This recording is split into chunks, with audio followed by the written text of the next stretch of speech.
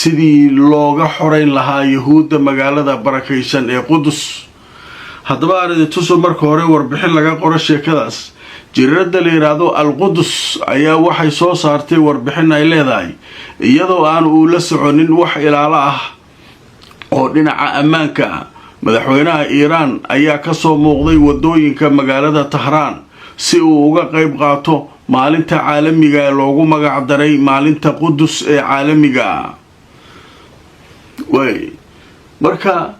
madaxweynuhu dadku iska dhex lugeynay qaar sawir la galaya qaar maartay iska socda. marka taa waxay muujinaysaa uu leeyahay fariin ah in waxa laga sheegayo Tahraan waa la duqeeyay waa la baabi'iyay kana lagu sameeyay inaysan waxba ka jirin lagu leeyahay. marka asaga kaligiis ma aha xitaa waxa meesha dhex soconayay oo dadka ku dhex jiray hogaamiyaha dhanka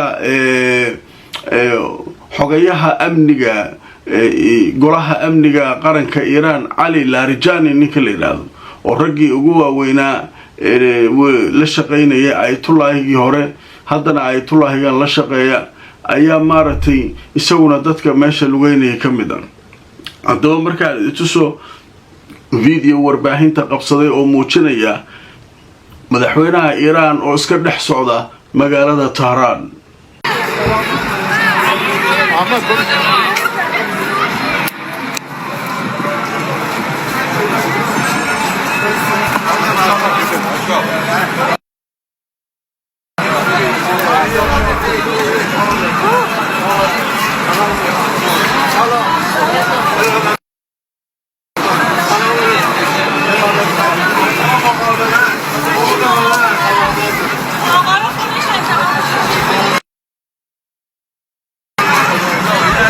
Mama.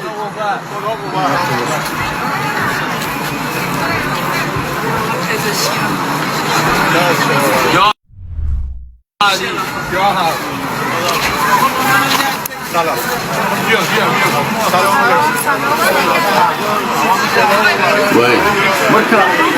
xaajadu marka halkaas markay joogto dhanka kale Iiraaniyiintu marka maanta oo kale maxay xusaan waxay xusaan maalinta caalamiga ee Qudus. jimco kasta oo bisha Ramadaan ugu dambaysa ayaa sanad walba Iiraan ay xustaa. waxayna yiraahdaan magaalada Qudus kuma aanan iloobin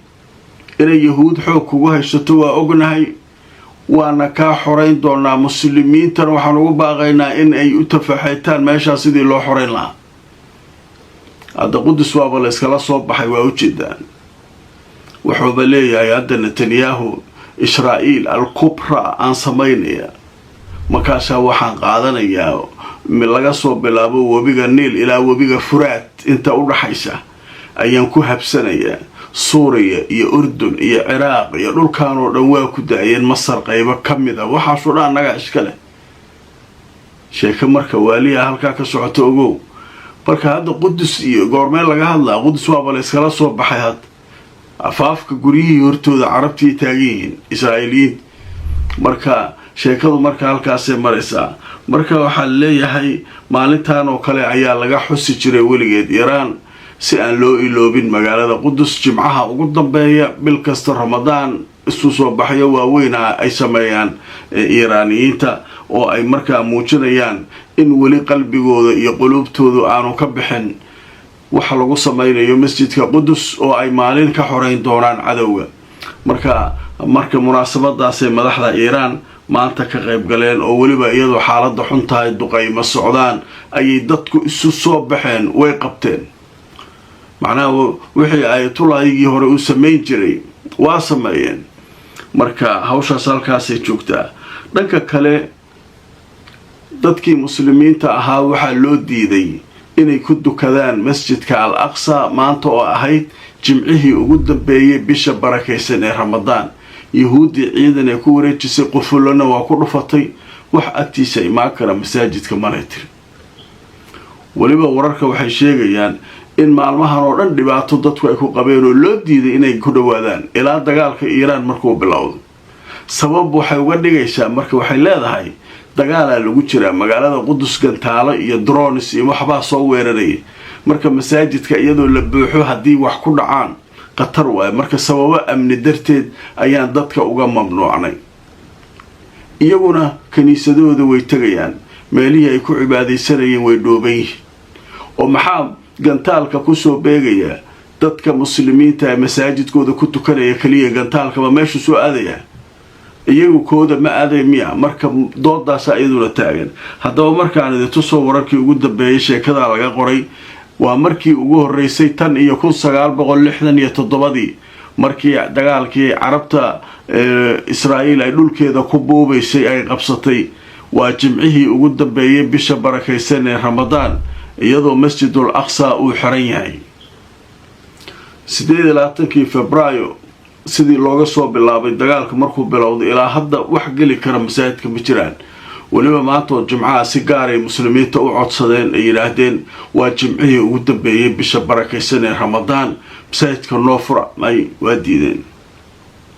hawshaasu halkaasay marka maraysaa xaalku halkaasu jooga haddaba Mareykanku way kala hadleen arintii ku saabsan diyaaradii xalay soo dhacday Mareykanku markii hore waxay yiraahdeen 4 askari ku dhimatay warbaahinta dhan waxay qaateen 4 hadda waan idin la hadlay wax yar ka hor haddana waxay soo saareen warbixin ay leeyihiin 6 askari ahaayeen markii hore waxay yiraahdeen diyaaradda gantaal laguma soo riday waxay yiraahdeen diyaaradda gantaal laguma dhufan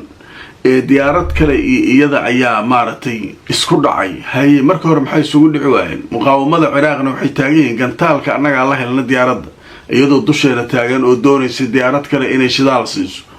haddaba marka hadda waxay cadaysteen in ay ka dhinteen 6 askari oo la socotay diyaaraddaas haddaba wararkii ugu dambeeyay goordhow soo baxay waxa leeyahay ciidamada Mareykanku waxay cadeeyeen in ay ka dhinteen 6 kamid ah askartooda kadib markii ay burburtay diyaarad Ciraaq ay ku dhacday taliska dhexe ciidamada Mareykanka ayaa cadeeyay in dhammaan daaqamkii ama shaqaalihii iyo askartii la socotay diyaaradda shidaalka qaadaysay in markaa ku dhacday galbeedka Ciraaq ay dhinteen mawjida marka xalku halkaasu uu jooga marka meeshaasay wax marayaan saakin mar kale ayay dufcado kale oo weerar ah ay sameeyeen Iiraaniyiinta iyo Xisbullah iyaguna waxay beegsadeen dawladaha khaliijka saldhigyada Mareykanka iyo Israa'iil dhanka kale waxa soo baxay war kale oo cusub oo la leeyahay markab dagaal oo Mareykanku leeyahay wuxuu yiri hawada Turkiga gantaal Iiraan ka yimid aan ku celin Iiraan waxay taagtay war waxa Turkiga wax ku tuura annaga ma khubaradii labada dhinac loo xilsaaray gantaaladii hore ka shaqeynayay ayaa hadda kulankoodii loo ballansanaa haddana Mareykankiya markii hore labadii gantaalo horena markabkan Mareykanka wuxuu leeyahay anaa celiyay Mareykan bas celinay marka waxa leeyahay Turkiga aaw raadaaradii Turkiga wixii Turkiga aaw Turkiga wixiisu ma ku jiraan waxba ma arkayaan miya gantaalka yaa ku soo ridaayay Turkiga marka sheekada ayaduna way qasatay haddaba markaan idin tusoo war goordhow isla soo baxay waxa leeyahay mas'uul Mareykan wuxuu sheegay markab dagaal oo Mareykanku leeyahay inay ka hortageen gantaal Iiraan ka yimid oo soo galay hawada Turkiga wakaalada wararka ee Associated Press ayaa waxay sheegtay iyadoo soo xiganaysa mas'uul sare oo Mareykan in maraakiibtooda mid kamid ah kuwa ciidamada badda ay isticmaalaan in markaa uu ka hortagay gantaal Iiraan sida uu yiri laga soo tuuray waxayna ku qabteen hawada Turkiga faahfaahin inta la eg wali lama soo saarin laakiin waxa la sheegay markabka qabtay in magaciisa uu yahay Oscar Austin kaasoo la sheegay inuu qabtay gantaalka plastiga Iiraan ka yimid oo ku socday hawada Turkiga way sheekada iyaduna way cusub tahay waa gantaal kale oo hadda dhow ay Mareykanku leeyihiin hawada Turkiga ku qabanay Turkiga marka waa yaaban yahay Iiraan waxa leedahay waxa kan annaga ma aha ee qobarro soo dirsanayna gantaalan cidda tuurayso waa la arkayaa gantaal kasta oo waa la qabtay Turkiga la leeyahayna Mareykan la qabanayo Turkiga gantaalihiisi difaaca ma la soo gaarayo kana ka hormaray anaa qabtuuli hadduu sidaa fudud wax u qaban kare leeyahay qobarrada وما قبطوا يرادين سعودية بحرين كويت صلدقية وكل يدكم داكم لغني إسرائيل ساس لو قراعة هديبة مركب حريفة وقنت على قبشة كفي عن وماشي جو ما حقاس اللي جاي هدو وح قبراي مركا شكلها يدنا علامة السؤال بدن عسارا أو شكلها سو مركا هلكا ويكور الستاي وين waxaa soo kale aan u gudbaynaa warar kale oo iyana soo kordhay saacadihii la soo dhaafay xisbullahi waxay sheegeen inay qaadeen dhowr weerar oo kala duwan haddaba wararkii ugu dambeeyay waxay sheegayaan xisbullahi inay sheegeen inay weerar ku qaadeen oo ay bartilmaameedsadeen meel ay ku sugnaayeen ciidamada cadowga Israa'iil sida ay yiraahdeen iyo deegaanka la yiraahdo Al-Madilla xisbullah bayaan military oo ay soo saareen goordhow waxay ku sheegeen gantaalahooda inay la beegsadeen saldhigga ciidanka Israa'iil ee ku yaalay gudaha deegaankaasi Madilla kaasoo ku dhaca ama ku yaala dhinaca waqooyi dhulka Falastiin laga boobay dhanka kale Mareykanku waxay sheegeen 14 ka tirsan ciidamadooda in tirada hadda ay marayso kaga dhimatay dagaalka lagula jiro Iran mas'uul Mareykan ayaa u sheegay telefishinka Al Jazeera tirada rasmiga ilaa hadda askarta Mareykanka dagaalka intuu bilowday kaga dhimatay inay gaarayaan 14 askari oo ka tirsan ciidamada waxaana ku jiray askari u geeriyooday markii la sheegay in uu asagoon dagaal ku jirin uu dhaawacmay uu halkaa ku dhintay shil ku dhintay iraadeen shil kaasa ku jira inta kale waxa kulay madaafiicdii iyo droniskii Iran dilaalay haddaba qaybtan ugu dambeysay barnaamijka waxaan ku soo qaadanaynaa buuq fara badan ayaa wuxuu ka jiraa leeyahay gudaha aqalka cad ee Mareykanka sida warbaahinta qaarkood ay tabinayaan Mareykanka buuqaas qaar ka mid ah la taliyaasha Trump ayaa waxa ay qabeen in lagu degdegay in xilligan Mareykanka madaxweynahooda uu ku dhawaaqo in Iran dagaalkii lagaga guuleystay oo la jibiyay laakiin xaqiiqdu sidaa ma ahan leeyahay tan waxay beenin doontaa guuleysiga dambe hadaa guuleysano adduunka ma nimankii oo wali awood leh waa ka guuleysana iyagoo wax ridi kara oo isbaara u taalo meel maraakiibtii dhan xiran tahay si uga guuleysan marka nimanka waxay yiraahdeen mustashaariintii ayaa kala qaybsamay oo la taliyaashii qaar waxay leeyihiin madaxweynuhu waa ku degdejiseen inuu hadalka ku dhawaaqo qaarna waxay taageen ninkan degdeg yuu ka rabaa degdeg ma wuxuu rabo iska qortaan iyo wax weydiiyaa taageen marka hadda waxa leeyahay in kastoo madaxweynuhu ku dhawaaqay dagaalkii inuu ku jabiyay Iran oo si official u sheegay oo uu waliba waraysi la soo deyn doono saacadaha soo socda warbaahinta Mareykanka uu ku bixiyay in dagaalka uu kaga adkaado Iran haddana waxa leeyahay cabsi ayaa waxay haraysay ciidamada Mareykanka ee badda ku sugan badii ka baqayaan goormee marka maraakiib kale inta soo wadaan Hormuz soo marsiinayaan ayagiya cabsi ku jirtaa lagu leeyahay haddaba arinta tuso wararkii ugu dambeeyay warbaahintu sheekada ay ka qortay haddaba waxaa la sheegayaa in khatar fara badan ay ku dahaaran tahay waxa socda Washington waxay ka baqaysaa inay raacdo ciidamadeeda badda inay raacaan maraakiibta shidaalka qaada ee ku sugan marinka Hormuz si ay halka u gudbiyaan muujada ciidankii baqay asagana wuxuu leeyahay waa ka adkaanay Iran awoodeedii waa weeqnay waa eber maraakiib ma haysato gantaalihii meeshii ka soo ridaysay